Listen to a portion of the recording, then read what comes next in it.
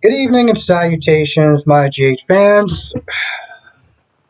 So, it's pretty much what I said before as far as why Cam took Esme to the party to keep an eye on her.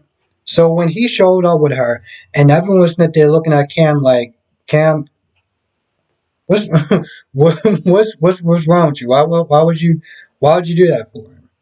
Um, when everything kind of calmed down a little bit, he did tell Laura and he did tell Spencer that Esme was going to book it.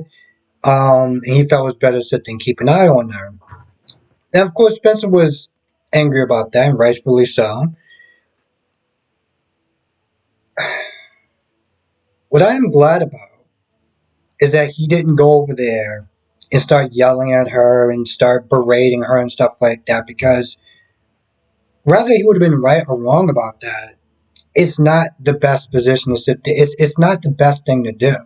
Because let's be honest, it's not like Esme is court mandated to stay there. So she can technically choose to go and leave whenever she wants. And there's nothing that anyone can do to stop her. That's the that's the thing that what I'm saying, like that's the truth, that's the reality of the situation. So, Laura did calm down and be like, yo, listen, this isn't the best strategy. And of course Cam because when they got all together and Esme is just kind of standing in a corner, just being awkward. Cam was like, he doesn't help to sit there and be overtly, hostile to her because it's not going to do anything. It's just going to make her want to leave. Um, and finally, getting through a lot of people's heads, they did listen to him. Josh came over there and decided to be civil to her, somewhat as civil as she possibly could, given the situation, given what Esme did to her. So, also in the beginning, Esme says something to Liz as far as she doesn't like being held captive, and Cam got defensive, but I was like, bro, Liz did do that. I understand that you did invite her to the party, but it's not like you invited her to the party because it was a nice thing to do. Liz deserved that comment and probably more, but of course, the town is pretty much ready to throw her a parade, so yeah. And then the fact that Cam tried to, make her accept the apology, like, oh, well, she said sorry to you, so what should you sit there and say? My honest opinion, I want her to sit there and say, okay, good, she apologized. It doesn't mean she have to accept it. She can tell her to kick rocks, to be honest. Um, Trying to treat her like a little girl, I was not a fan of that at all. Um, but for the sake of going along to get along and everything like that, she was like, yeah, you're right. I accept your apology. I'm like, boo, you don't have to accept ish. Let's be very clear about that. You don't have to accept nothing. Um, Scotty was there. Now, something else that just kind of irked me, right? So Scotty's not there telling Laura about, the fact that um, him and Lisa are still arguing. Which, honestly, at this point, I was like, Lisa could just kick rocks. Lisa could just kick rocks and then some, without socks. And he talks about a story about how his clothes got tossed into the hallway or something like that, and people were trying them on, and Laura started laughing. I'm like, what's funny about that? I'm gonna be honest, I didn't find a damn thing funny about that situation. She's acting like an immature child. I understand that she's upset with Liz, and but at the end of the day, Scotty's going to sit there and represent her just like he would represent anyone else. So the way that she's acting is just, I'm going to be honest, completely and utterly acidine. And she needs to sit there and get over herself. She acts like she's the only person that that lost a child. How many children did Scott lose? I know it was more than one. So she needs to really just take that down a notch, or he needs to sit there and kick her ass to the curb.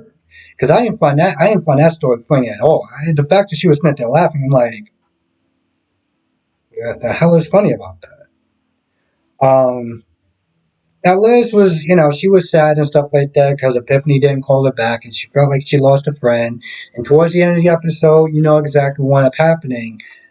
She talks to a state trooper, and of course they just kind of mute the conversation. But we all know that it just was not a good conversation. It didn't end well.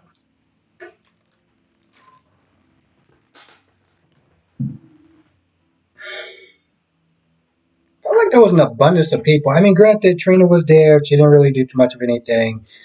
Trina was talking to Giles about Esme and how the baby needs to be away from that, or, needs to be away from her, and da da da da da da da da. And I'm just like, okay, yeah, I get it. Yeah, I don't like her, whatever. Um, I don't know. For some odd reason, I just watched them stand there and just act like a bunch of mean girls. Now, don't get me wrong. They had plenty of reason of being upset with her, but it was just like, okay, but she's gonna stay there. She's there, so there's really nothing that y'all can do about it. So Cynthia just standing there crossing your arms like that and looking at her like she's the enemy or whatever is not gonna change anything. And I'm glad Cam said something because I'm just like, ugh. Speaking of ugh moments, Lucy, there's a certain level of comedy that is just going over my head that is just not working. The whining, the whole, oh, I gotta be there, it's my baby. And, the fact of the matter is, Maxie got upset with her at one point, like, yo, listen, don't sit there and start second guessing everything that I'm doing. Like, let me sit there and make the decisions that I'm gonna make. We are all working hard to sit there and make this the best nurses ball possible. But of course, it doesn't matter because Lucy has this giant ego where it's like she's the only person that can sit there and make the nurses ball the magical nurse's ball that it is. Without her, everything's just gonna fall apart. And it's just like, bro, did you understand about the cause of it? Like what the actual nurse's ball is about? Because it seems like it just right over her head, and it make it seem like it's just her project, and it's just supposed to be magical because she did it, not because of the good that it can do for the community. So her being in her ear, whining and stuff like that. Oh, you can't let Bobby sit there. You can't let Bobby be the end or whatever, or the last person to sit there and do something. You can't let Bobby do it for some odd reason. I'm like, that's all. That's honestly to tell you the truth. I'm. Let me tell you something. I'm looking forward to this nurses ball ending. I am so looking forward to this nurses ball ending. This way, I don't have to sit there and hear Lucy whine about this nurses ball any longer. I just want them to do it, get it over with, and this way I don't have to sit there and hit it. It's irritating. We got that going on. Felix is there. Sasha's there. To be completely honest, I don't really understand why they were there. I mean, I guess Felix is there because he's supposed to be singing, and I don't know what Sasha's doing there, but I don't know. I felt like throughout this episode, like usual, there was just way too many people. Brooklyn is still whining about her relationship with Chase because Chase is upset with her that she decided to sell every other woman that's come after her, dealing with Link, because she just needed to get her precious songs back. The hell with those women. And the SH that, Link is going to sit there and do. No, no, no, no, no. It's about her songs. So I completely understand why Chase wants to have nothing to do with her. But I have this really sinking, nagging feeling that Chase is going to take this woman back because, I don't know, plot, maybe. Just hook Chase up with Sasha and just be done with it. I mean, I don't know what Brooklyn's going to sit there and do at that point. Maybe she could be with Cody. Who knows at this point? Um, but there's a point where Felix is talking about love and the lighting and stuff like that, and the mood and stuff. Because Blaze is going to be coming in, she's going to be late. Um, and they're talking about love and Brooklyn and Chase are going back on love and what it means and chemistry and stuff like that. And it just seemed like they're doing this flirtatious dance about being back together. And I'm just like, why on earth would you want to be with somebody like Brooklyn? First of all,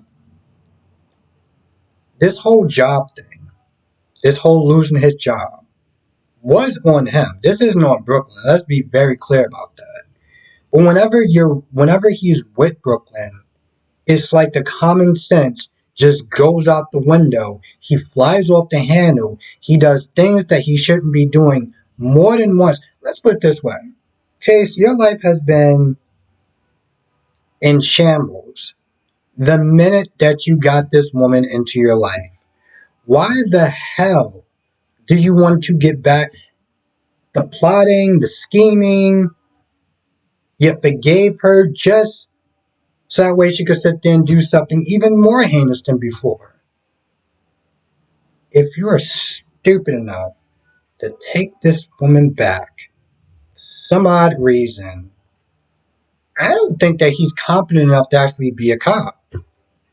I have to sit there and question this man's competence.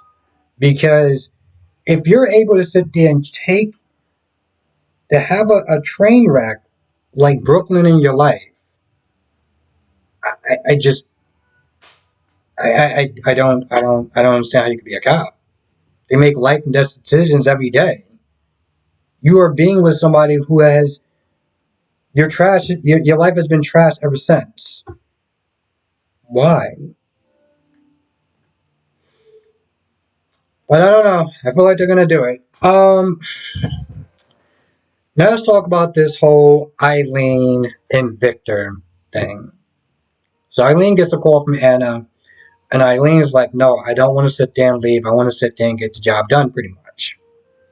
So she hangs up. She puts her phone on silent. One of Victor's goons comes in, and they go, I guess, in another part of the house or another part of the hotel. So she picks up the decoder. And just as she was about to leave, because she just had to stand there and pat herself on the back, Victor comes back in. And Victor's like, where do you think you're going?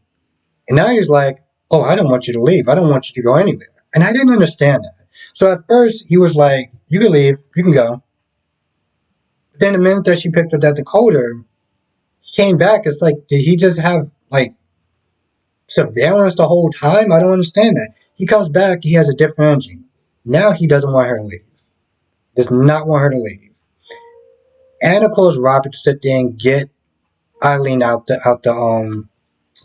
situation. But Diane is there. So they're just making small talk or whatever. And Robert's like, all right, well, I got to go upstairs. And Diane starts asking a bunch of questions like, why do you got to go upstairs for? I thought they were meeting you down here.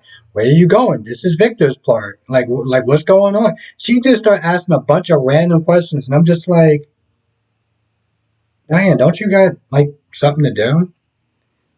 So at some point, Robert tells her a little bit about what's going on when he gets to the door, and she also used the Metro key. Because Robert was going to kick down the door, he realized he was not 25 years old anymore. And so, the key helped. He goes in there. They're gone. Meanwhile, you got Anna that's worried. You have Felicia that's worried. And Valentine's like, he just has that look on his face like this plan's about to go to ish. Okay? Let's be honest. This plan has just went south. So it turns out that Victor took Eileen to the bridge. A goon searches her, finds the decoder. This woman sung like a canary. I was laughing so hard. She was like, I didn't want to do it. It was Anna and Valentine. By the way, they're alive, and also Lucy's alive. And I'm just like, oh, you practically told them everything except for their social security numbers at this point. Like, are you serious? Did you leave out their SAT scores? Like, she was singing so much.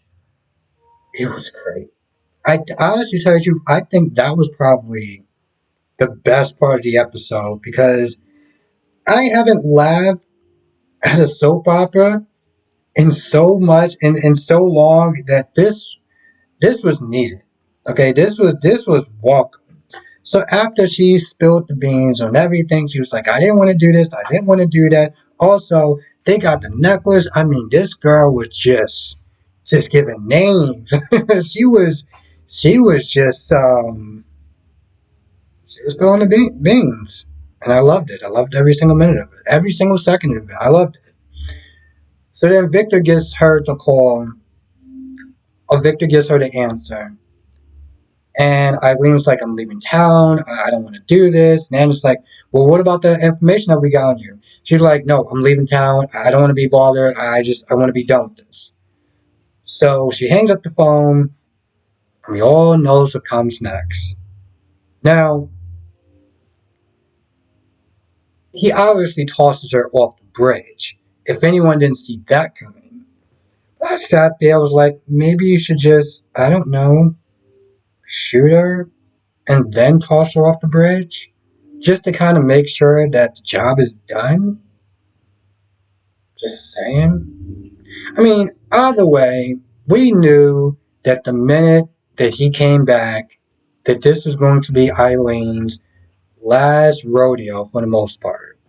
Now, there's a chance that she can come back, just like there's a chance that Alex and her sister isn't dead. But for the sake of argument,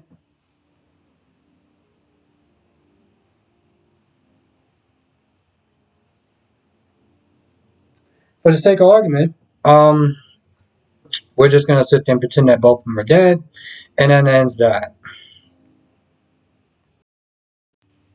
Also, they explained the way why Aiden and Jake isn't gonna be there. They're gonna host a separate going away party for him. So that's gonna be that. I don't know. At some point, maybe in the next couple of months, they'll age up and they'll be adults. So I mean, well, they'll be like teenagers, as in finding somebody for um both of them. Time will tell. Let me see if I forgot anything. Okay, all right. So there's one line in there where Max is sitting there talking to Lucy, and they're talking about rotating different nurses. Now, they,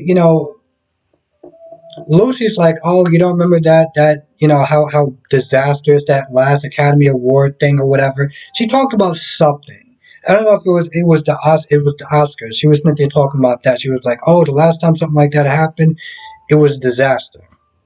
Now, I laughed because I knew, you know what I'm saying? Like, I think it was like maybe 2 years ago, a year ago, or something like that. Kevin Hart was supposed to host the Oscars, but because he didn't give like a billion apologies, he was like, "I'm not with it." He decided not to do it. So they got a bunch of C listers or B listers or something like that, celebrities, to do like a host of different events, and it was stupid. Okay? It was just dumb. But I mean, you're not going to sit there and compare the Oscars to the Nurses Ball. I mean, it's maybe you can. I guess you can with all the press and photographers and reporters and stuff like that. Maybe you can. But the point is, I just remember that like with the whole Kevin Hart thing and just being completely stupid and well, ABC pretty much kind of shot themselves in the foot for that. So we all had a good laugh and yeah, fun times. Yeah, I feel like that's about it. I can't really think of anything else that happened. So, with that being said, I'm going to go. I want to thank you for watching. Stay safe. And I will see you in the next video or live stream, which is tonight, 8 p.m. Eastern, 5 p.m. Pacific. Monday through Friday, Saturdays and Sundays for members. If you're not a member, hit the join button. We have a lot of fun. Yeah, I can't really think of anything else. So, see you next video.